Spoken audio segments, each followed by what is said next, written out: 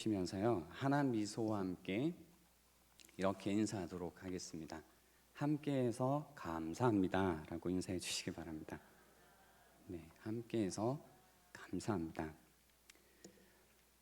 오늘 본문에 보면 파격적인 등장을 하는 인물이 있습니다. 이 인물 덕분에 저도 오늘 좀 파격적으로 등장을 하고 싶었는데요, 그냥 등장을 했습니다. 엘리야라는 인물이 오늘 본문에 파격적으로 등장하게 됩니다. 열왕기상 17장에서부터 열왕기하 9장까지 이어지는 엘리사, 엘리야의 이야기가 있는데요, 이 파격적인 등장이라고 말씀드린 이유는 앞에 있던 것을 흔들고 뒤집어 놓는 역할을 하기 때문입니다. 엘리야의 등장이 과연 무엇을 뒤집고 흔드는 역할을 할까? 이것을 알기에 우리는 배경을 조금 살펴볼 필요가 있습니다. 열왕기상 16장에 보시면요, 북왕국의 이야기가 나옵니다. 북왕국은 이 솔로몬 왕 이후에 이스라엘이 북왕국과 남유다로 나눠지게 되죠. 그리고 이 남유다 말고 북왕국의 이야기인데요, 16장에 보면 이 북왕국에 한 치 앞도 내다볼 수 없는 극심한 내전이 그려져 있습니다. 그 내전 가운데 오므리가 왕위에 올라 사마리아의 성을 건축하고 사마리아를 수도로 삼습니다. 이 오므리가 7년 정도 북왕국을 다스린 다음에 그의 아들 아합이 왕위에 오르게 됩니다. 열왕기상은 이 기자는요, 이 아합을 가리켜 이전의 모든 사람보다 여호와 보시기에 악을 더욱 행했다라고 평가하고 있습니다. 그래서 16장을 보시면 31절에 느밧의 아들 여로보암의 죄를 따라 행하는 것을 오히려 가볍게 여기며 시돈의 사람 왕 엣바알의 딸 이세벨을 아내로 삼고 가서 바알을 섬겨 예배하고 사마리아에 건축한 바알의 신전 앞에 바알을 위하여 제단을 쌓으며 또 아세라 상을 만들었으니 그는 그 이전에 이스라엘의 모든 왕보다 심히 이스라엘 하나님 여호와를 노하시게 하였더라라고 이야기를 합니다. 내용을 더 줄여드리면요, 이 기원전 8세기 경에 아하 왕이 등장해서 정략 결혼이라는 것을 합니다. 이 결혼의 상대자는 시돈이라는 나라의 공주인 이세벨입니다. 이 이세벨은요, 시돈이라는 나라의 종교가 무엇이었냐면 바알이었습니다. 근데 이전까지 이스라엘도 이 바알 신을 섬기고 싶어하는 이런 마음들이 있었는데, 요때 뭐가 처음으로 이루어지고 있냐면요, 이 이세벨과 아합이 같이 이 이스라엘의 종교로서 바알신 숭배를 채택했다는 겁니다. 그러니까 그 전에도 주변을 보면서 뭔가 바알신에 대한 유혹을 느꼈는데, 이제 이 아합은 국가의 종교로 바알신 숭배를 하기 시작했다라는 겁니다. 그래서 이 아합이 바알 숭배를 이스라엘에 끌어들이자 누가 등장하고 있냐면 엘리야가 파격적으로 등장하고 있다는 겁니다. 바로 이 상황을 뒤흔들고 뒤집기 위해서 엘리야가 등장했다라는 겁니다. 그래서 17장 1절의 말씀이 이러합니다. 길르앗에 우거하는 자 중에 디셉 사람 엘리야가 아합에게 말하되 내가 섬기는 이스라엘의 하나님 여호와께서 살아계심을 두고 맹세하노니 내 말이 없으면 수년 동안 비도 이슬도 있지 아니하리라 하니라라고 합니다. 그래서 엘리야가 등장해서 사마리아로 가서 아합에게 이렇게 선포합니다. 이제 이 나라에 가뭄이 있습니다. 내 말이 없으면 수년 동안 비도 이슬도 있지 않을 겁니다라고 해서 이 가뭄을 선포했다라는 겁니다.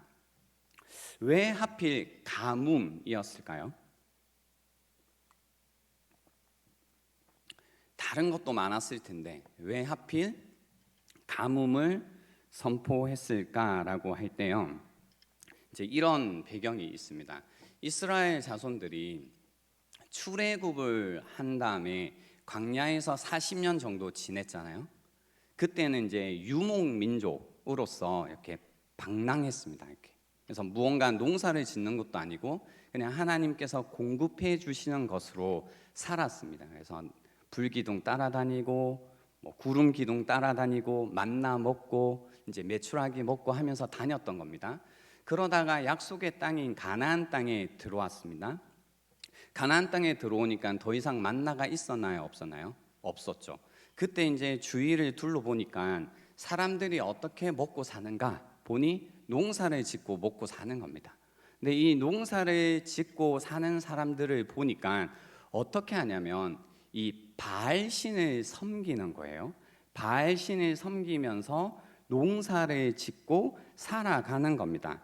그래서 이 바알신은 어떤 신이었냐면 폭풍과 풍요의 신이었습니다. 그래서 바알을 숭배하는 사람들은 바알이 비를 내려서 이 농경사회라는 곳에 풍요와 번영을 가져다 준다고 믿고 산 겁니다. 그래서 왜 그렇게 이 당시에 바알신 숭배라는 것이 유행했냐면 다 먹고 살기 위해서였다는 겁니다. 그러니까 문화적으로 이 가나안 땅에서 살기 위해서, 농사를 지으면서 살기 위해서 뭐가 필요했냐면 비가 필요했는데 농사를 잘 짓기 위해서요. 그랬더니 주변 사람들이 전부 다 바알신을 숭배하며 살고 있었다라는 겁니다. 아합도 그랬겠죠. 이제 본격적으로 이 나라가 부강해지기를 원했고 잘 먹고 잘 살기를 바랬을 겁니다. 그러니까 본격적으로 바알신 숭배를 시작하게 되었다라는 겁니다. 이쯤 되면 약간 이제 우리가 이해되는 부분들이 있습니다. 우리가 하나님을 믿고 살지만 또 그런 거 있잖아요. 먹고 살기 위해서는 하나님도 믿어야 되지만 또 우리가 살고 있는 문화 속에서 무언가 쫓아가야 되는 것들이 있다라는 겁니다. 이 세상에서 그리고 내가 살고 있는 현실이라는 곳에서 내가 먹고 살기 위해서는 내가 쫓아가고 따라가야 되는 것이 있다라는 겁니다. 지금 시대에서는 이제 많은 사람들이 이 바알신과 같은 돈이라는 신을 많이 쫓아갑니다. 이 문화에서 이 사회에서 우리가 살아가기 위해서는 돈이 중요해. 돈이라는 것을 통해 우리의 삶 가운데 풍요와 그리고 번영이라는 것을 기대하며 살아간다라는 겁니다. 그러니까 이게 그냥 말처럼 쉽지 않은 굉장히 유혹스러운 상황이었고 또 아합이 왕으로서 바알신 숭배를 국가의 종교로 채택한 것은 어찌 보면 그 문화의 관점에서 보면 충분히 그럴 수 있을 법한 일이었다라는 겁니다. 하지만 문제는 이스라엘 자손 가운데 이제 무엇이 닥치기 시작했냐면 그래서 가뭄이라는 것이 닥치기 시작했다라는 겁니다. 가뭄. 그러니까 가뭄이 왔다. 가뭄이 하나님께서 가뭄을 보내셨다. 그리고 이스라엘이 가뭄의 시기를 보내게 하신다라는 건 뭐냐면요. 이 가뭄이라는 건 물이 없다라는 거죠. 비가 오지 않기 때문에 물이 없다라는 겁니다. 물이라고 하는 것은 생명을 상징합니다. 그래서 물이 없다라는 것은 생명이 없다라는 것을 의미합니다. 그래서 우리의 어떤 삶을 살아갈 때 꼭 필요한 것이 있습니다. 근데 그 꼭 필요한 것이 나의 생명과 같은 것이 내 삶을 영위하기에 꼭 필요한 그 무엇이 없는 상태가 바로 가뭄의 상태라는 겁니다.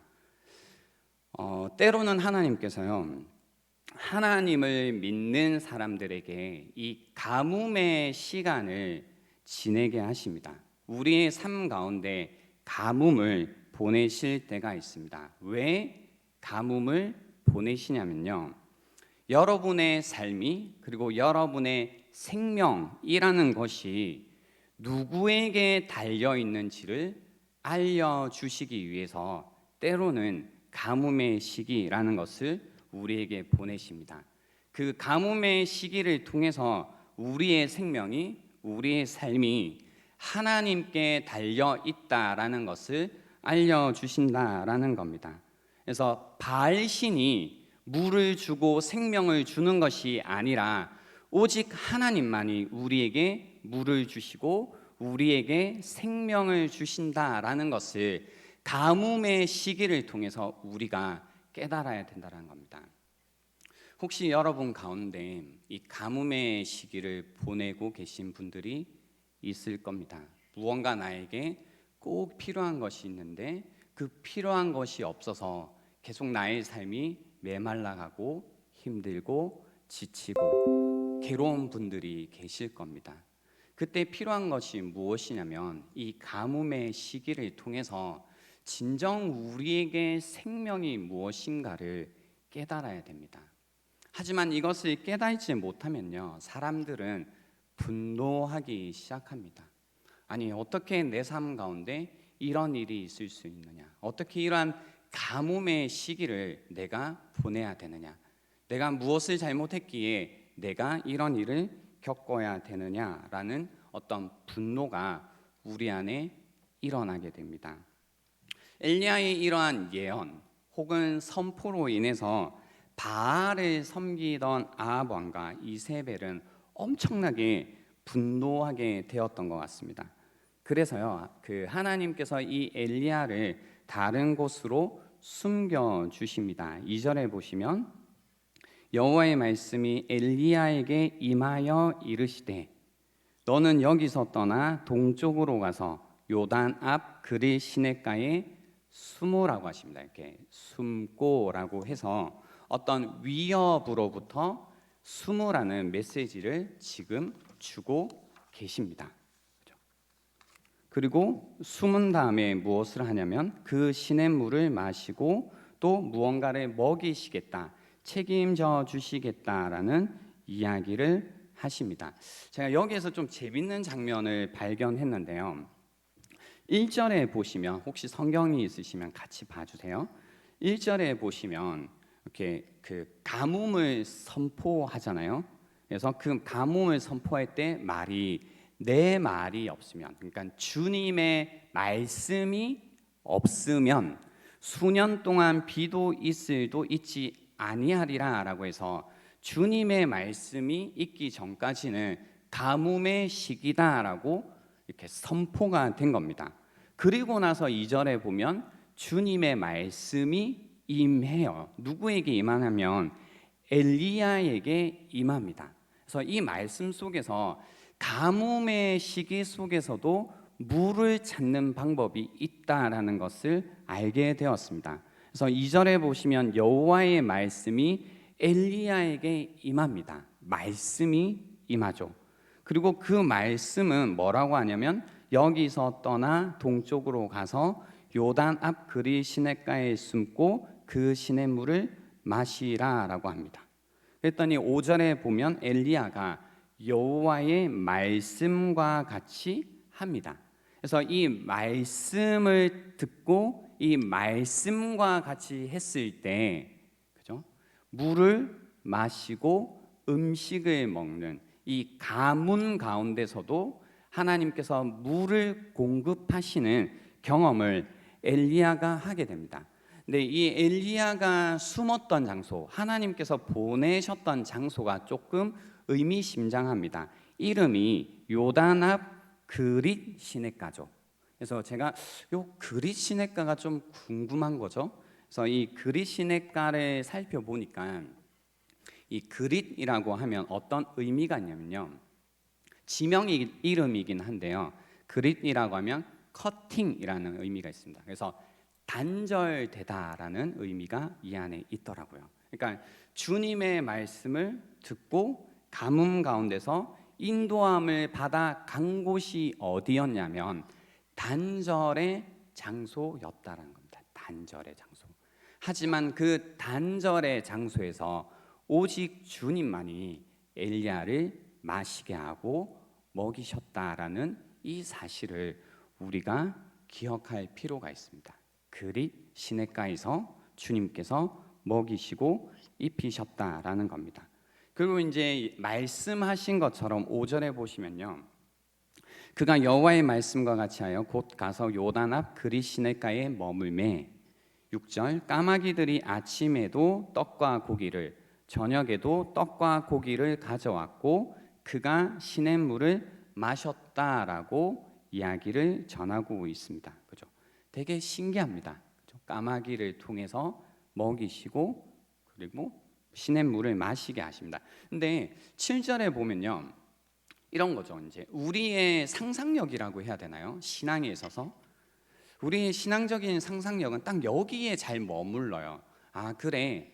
어떤 상황 속에서도 주님을 믿고 하니까 모든 사람들은 가뭄으로 인해서 고통을 당하지만 예수님을 믿는 사람만큼은 그 고통을 당하지 않구나, 혹은 고난에서 벗어나는구나, 가뭄을 해결하는구나 라는 생각이 들 때쯤 7절에 보면 어떤 이야기가 나오냐면 땅에 비가 내리지 아니하므로 얼마 후에 그 시내가 말랐다라고 전합니다. 그죠? 시내가 말랐다고 합니다. 근데 우리의 신앙적인 상상력은 뭐예요? 이 시내는 마르면 돼요, 안 돼요? 안 되죠. 근데 이 시냇가가 마릅니다. 다른 가뭄을 겪고 있는 지역과 동일하게 하나님이 보내셔서 갔던 그 그릿 시냇가도 결국은 가뭄으로 인해서 물이 마르게 됩니다. 그리고 엘리야도 어쩌면 동일한 고통 가운데 거하게 되는 겁니다. 나만 문제가 없어 이런 신앙이 아니라 하나님께서 그의 말씀을 통해서 생명이 누구에게 있는지, 물을 누가 주시는지를 알려주시지만 또 하나님께서는 하나님의 사람들을 고통, 고난으로부터 벗어나게 하시는 게 아니라 또 고난과 고통 가운 속으로 넣어두신다라는 겁니다. 왜냐면요, 우리의 마음과 우리의 기라고 하는 것은 우리의 고통과 상관없는 사람들에게는 열리나요? 열리지가 않나요? 열리지가 않습니다. 우리의 마음과 우리의 기는 우리의 고통과 함께 있는 자들에게만 열리게 되어 있습니다. 따라서 하나님은 마르지 않는 샘을 주시지 않고 똑같이 사람들의 고통 한가운데 엘리야도 머물게 하십니다. 그래서 그 시내가 마르자 주님께서는 또 주님의 말씀을 주십니다. 8절에 보시면 여호와의 말씀이 엘리야에게 임하여 이르시되 너는 일어나 시돈에 속한 사르밧으로 가서 거기 머물라. 내가 그곳 과부에게 명령하여 내게 음식을 주게 하였느니라 라고 해서요, 어떤 이 가뭄 속에서 또 주님의 말씀을 통해서 뭘 하시냐면 공급을 해 주시는데, 여기에서 이 시돈이라는 지역과 또 시돈에 있는 누구요? 가부를 통해서 공급을 하신다라는 이 이야기도 참 어떻게 이렇게 공급을 하실까라는 생각이 듭니다. 나중에 이제 이야기를 보시면 아시겠지만 뭔가 또 다른 셈으로 인도하시면 좋겠는데 그게 아니라 어쩌면 이 당시에 가장 고통 가운데 있는 가부라는 자에게 보내고 계신다라는 겁니다. 그래서 그 말씀을 주시니까 엘리야는 어떻게 할까요? 일어납니다. 그가 일어나 10절에 보시면 사르밧으로 가서 성문에 이를 때에 한 가부가 그곳에서 나뭇가지를 줍는지라라고 해서 그 사르밧이라는 동네로 갑니다. 이 사르밧이라는 동네는요, 어떤 동네냐면 그 아합이 누구랑 결혼했다고 했죠? 이세벨과 결혼했다고 했죠. 이세벨이 어떤 나라의 공주였다고 했죠? 시돈, 그죠? 이 시돈이라는 나라에 있는 곳입니다. 이 사르밧이라는 곳.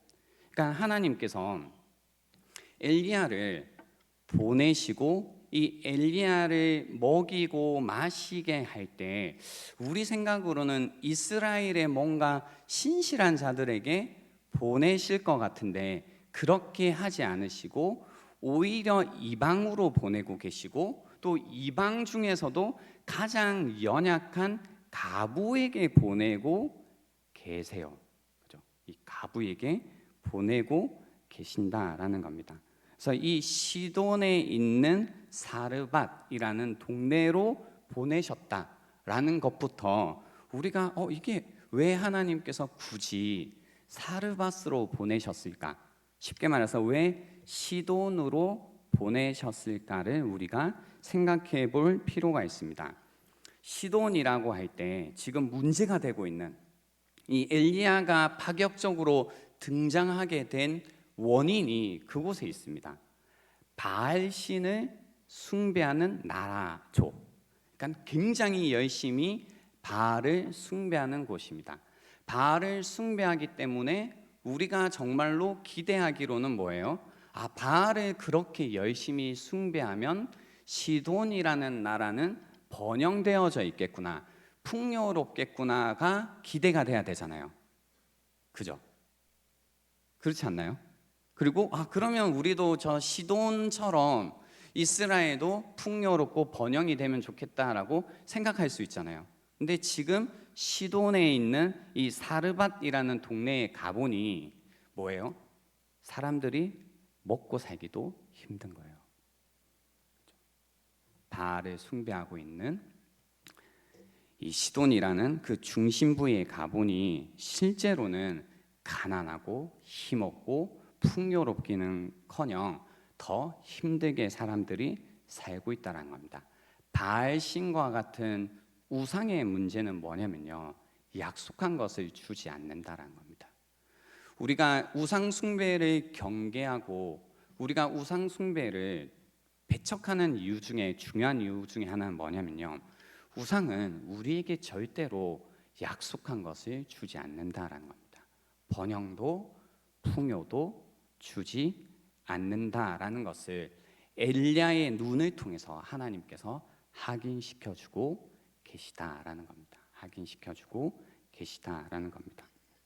그래서 이 하나님께서 엘리야를 이 가부에게 보내셔서요, 뭐 하고 있던 가부였냐면 나뭇가지를 줍고 있었죠.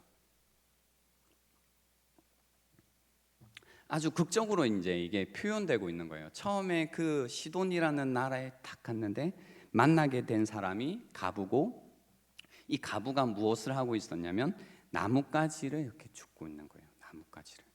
근데 이 저희가 함께 읽진 않았지만 17장 12절에 보면 왜 나뭇가지를 주었는지 이유가 나옵니다. 제가 읽어드릴게요. 그가 이르되 당신의 하나님 여호와께서 살아계심을 두고 맹세하노니 나는 떡이 없고 다만 통에 가루 한 움큼과 병에 기름 조금뿐이라. 내가 나뭇가지 둘을 주어다가 나와 내 아들을 위하여 음식을 만들어 먹고 그 후에는 뭐하리라? 죽으리라 라고 한 겁니다.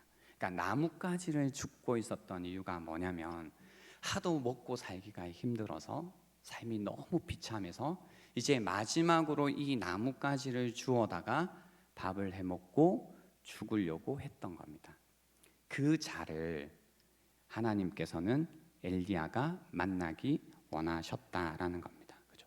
엘리야를 보내셔서 이제 곧 죽고 싶은 심정으로 있던 이 사르밧 과부라는 자를 만나게 하셨다라는 겁니다.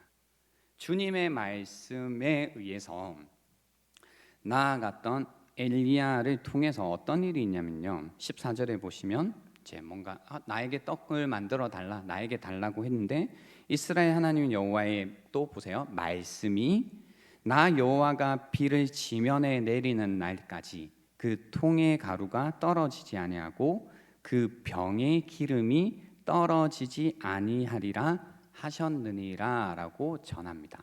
그죠? 여기에서도 이 가뭄 가운데서도요. 그리고 정말로 먹고 살기 힘든 이 상황 속에서도 또 무엇이 가뭄 가운데 생명이 되냐면 말씀이 생명이 됩니다. 그 말씀이 이렇게 이야기를 하신 거예요. 나 여호와가 비를 지면에 내리는 날까지 그 통의 가루가 떨어지지 아니하고 그 병의 기름이 없어지지 아니하리라. 풍요와 번영이죠. 그렇죠? 주님의 말씀에 이 풍요와 번영이 있습니다. 15절에 보시면 그가 가서 엘리야의 말대로 하였더니 그와 엘리야와 그의 식구가 여러 날 먹었으나 여호와께서 엘리야를 통하여 하신 말씀같이, 그죠? 말씀같이 통의 가루가 떨어지지 아니하고 병의 기름이 없어지지 아니하리라. 이때 보통 우리 할렐루야 하지 않나요? 그죠? 주님의 말씀대로 떨어지지 않는 겁니다. 그죠?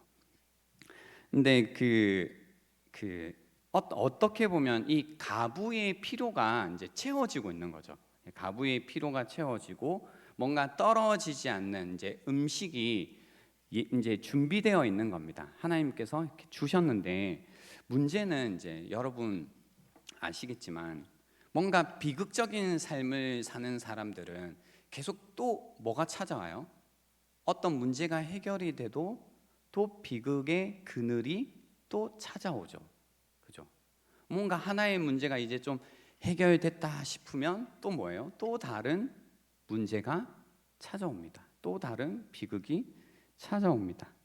그래서 17절에 보시면 이 일 후에 뭔가 주님의 말씀대로 뭔가 된 것 같은 그 일 후에 그 집 주인 되는 여인의 아들이 병들어 증세가 심히 위중하다가 숨이 끊어진지라 라고 해서 진짜 비극이 찾아와요. 여기서 진짜 비극이 찾아오게 됩니다.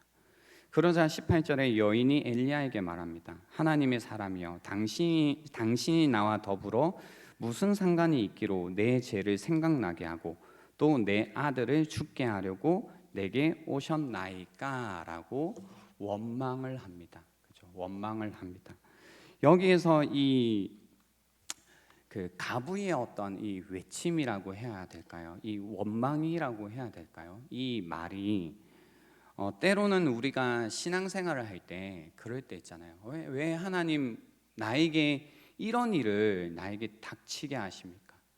왜 내 인생 가운데 끊임없이 이런 고난이 끝나지 않게 하십니까? 왜 이렇게 어려운 일이 내 인생 가운데만 계속 있게 하십니까? 뭔가 하나님을 향해서 원망하게 하고 뭔가 분노하게 하는 그 모든 외침들. 근데 사실 이 모든 외침은 뭔가 어떻게 하나님께 저럴 수 있어? 건방지다. 뭐 이런 얘기라기보다 너무 삶이 죽을 만큼 힘들다는 얘기죠. 죽을 만큼 힘들다라는 얘기입니다. 이때 엘리야는요, 이 원망과 이 외침에 어떻게 반응하게 되냐면 이렇게 반응합니다.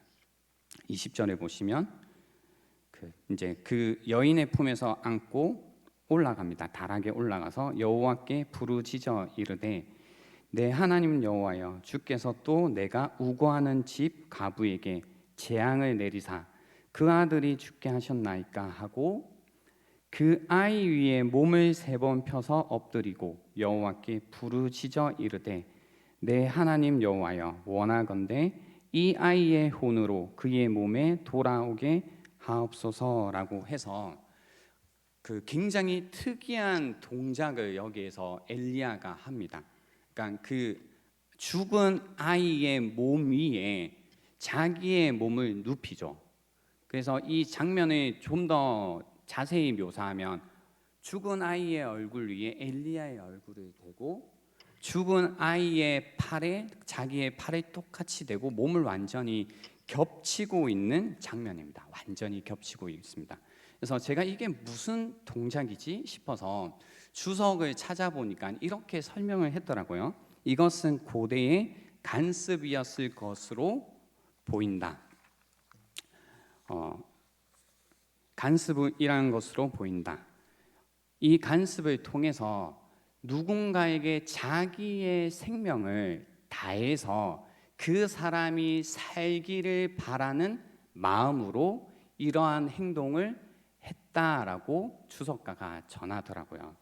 그래서 지금 엘리야가 무엇을 하고 있냐면요, 그 아이의 죽음 가운데 그의 몸을 눕히고 자신의 몸을 눕힌 다음에 그 아이가 자기의 생명을 바쳐서라도 그 아이가 다시 살아나기를 간절히 바라는 마음으로 하나님께 기도를 했다라는 겁니다. 그죠? 그래서 이것은 뭔가 얼굴을 맞대고 손을 포개고 있는 이 장면은 단순히 사람을 살리는 방식이라기보다는 사람을 살리는 마음을 우리에게 보여준다라는 겁니다. 자기의 생명을 주고서라도 그 죽은 아이를 살리려고 하는 그 마음이라는 것을 보여주었다라는 겁니다. 그래서 오늘 이 말씀을 통해서요, 어떻게 돼요? 아이가 결국 이 마음과 이 마음을 담은 기도를 통해서 하나님께서 기도에 응답을 해 주십니다. 그래서 23절에 보시면 엘리야가 그 아이를 안고 다락에서 방으로 내려가서 그의 어머니에게 주며 이르되 보라 내 아들이 살아났느니라 라고 이야기합니다. 살아난 거죠. 그러자 이 여인이 이렇게 고백을 합니다. 여인이 엘리야에게 이르되 내가 이제야 당신은 하나님의 사람이시오 당신의 입에 있는 여호와의 말씀이 진실한 줄 아노라 하니라 라고 고백합니다. 이 고백입니다. 바로 우리가 오늘 이 말씀을 통해서 우리가 함께 해야 되는 고백이 있다면 바로 이 고백입니다. 당신의 입에 있는 여호와의 말씀이 진실한 줄 아노라 라고 한 이 고백이 우리에게도 필요한 고백이라는 겁니다. 여러분 가운데 이 가뭄의 때를 지금 보내고 계신 분들이 분명히 계실 겁니다. 이 가뭄의 때를 보낼 때요, 사실은 이 가뭄의 때 가운데 그래 하나님께서 우리의 생명이시고 우리의 전부이시지 내가 참으로 의지할 분은 주님이시지라고 생각도 하고 또 매주일마다 어떤 말씀을 듣지만 어떤 일이 계속 우리 내면에 있냐면 그렇게 들은 주님의 말씀보다 우리의 현실이라는 것이 훨씬 크다라는 겁니다. 이 큰 현실 앞에 주님의 말씀이 진실하다라는 고백이 안 나옵니다. 주님의 말씀이 우리의 생명입니다. 주님만이 내가 의지할 뿐입니다 라는 그 고백이 우리 안에 만들어지지 않는다라는 겁니다. 사르밧 가부는요, 심지어 그의 필요라는 것이 채워져도요 이 고백을 못하고 있었어요. 그죠? 그의 어쩌면 필요였죠. 잘 먹고 잘 살았으면 좋겠다. 근데 마르지 않는 샘과 같은 것이 생겼어요.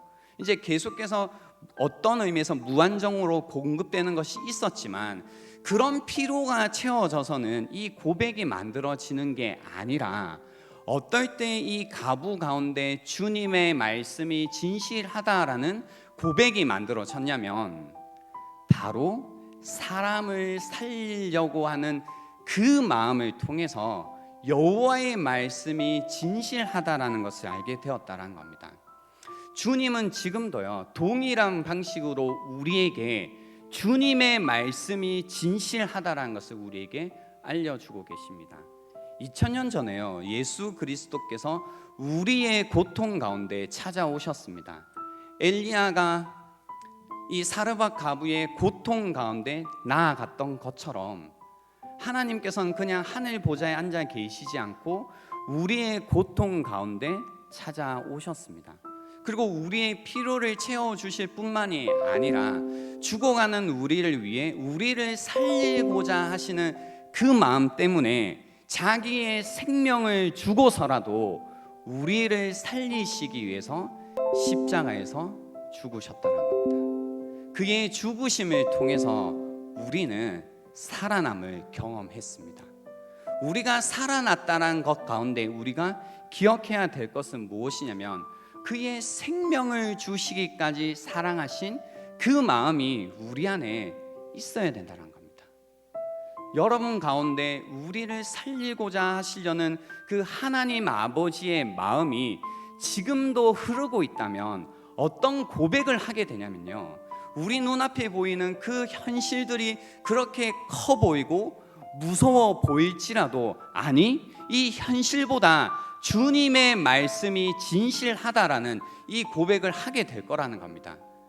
우리를 향하신 하나님의 그 사랑이 우리로 하여금 죽을 것 같은 그 현실보다 더 크신 주님의 말씀을 보게 하고, 우리로 하여금 주님의 말씀이 진실합니다. 주님의 말씀이 우리의 생명입니다. 주님의 말씀이 우리가 의지할 바입니다 라는 고백을 우리 마음 가운데 만들어낼 거라는 겁니다. 여러분, 우리 안에 다시 한번 이 고백이 살아나면 좋겠습니다. 지금 끊임없이 이 시대는요, 하나님이 아닌 것이 우리의 생명인 것처럼, 그것으로 우리가 살아갈 수 있을 것처럼 계속해서 우리에게 말을 겁니다. 그리고 실제로 우리가 겪고 있는 현실이라는 것은 주님의 말씀보다 훨씬 커 보이고 훨씬 옳아 보일 때가 있습니다.